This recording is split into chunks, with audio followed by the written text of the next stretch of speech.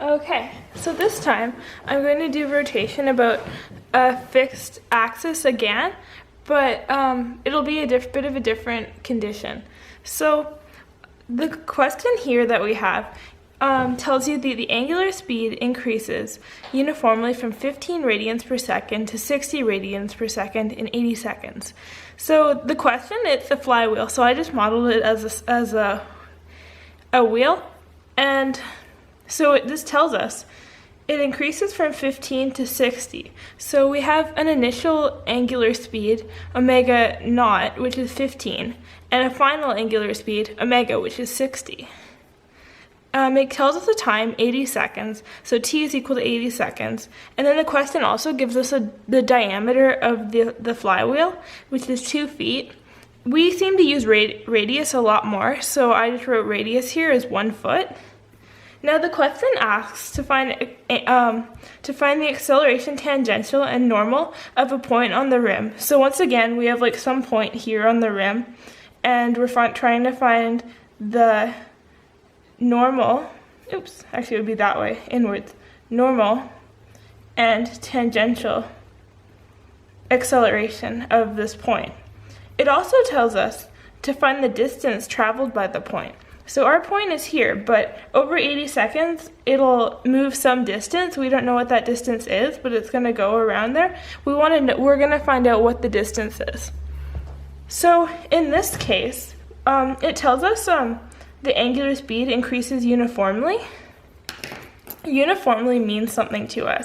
It means that alpha is constant. So if you remember from the last example, we had omega equal to some function of t, right? Or it was t squared. And so alpha was equal to 2ct. But in this case, omega is only equal to a function of t, so some ct, and alpha is equal to c. It's not dependent on time, it's just constant. So, back to our problem. When there is a constant angular acceleration, there's several formulas that are true in that case and only in that case. One of those tells us omega is equal to omega initial plus alpha times t. So now we know our omega at 60 radians per second. We know our initial omega, which is 15 radians per second. We don't know alpha yet, but we're given t, it's 80.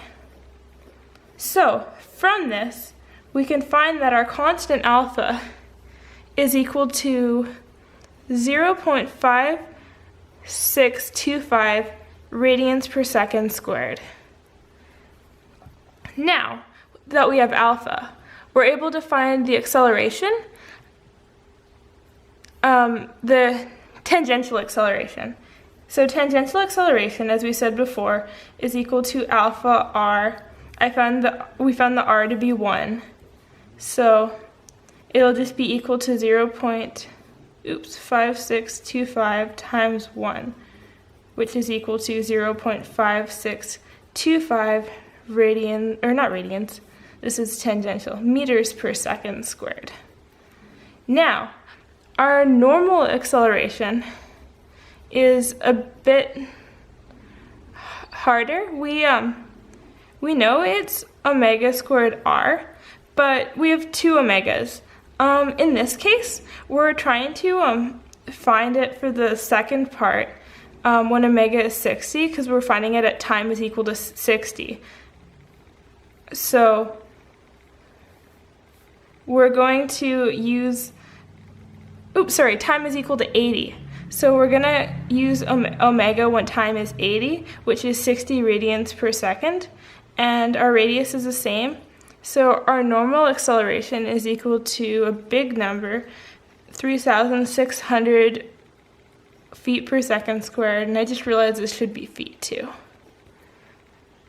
So this gives us our acceleration, tangential, and normal, which the question asked for. But the question also asked for the distance traveled by the point. When we have this case where our alpha is constant, there's one other equation that becomes true. and that is equal to our omega squared is equal to omega naught plus 2 times alpha times theta minus theta naught. So this is the original position of the point, and this is the angle that describes the final position of the point. For this, we want to know the distance traveled, so we don't really care too much about we care about the difference. We don't actually care about what the value of theta naught and theta is.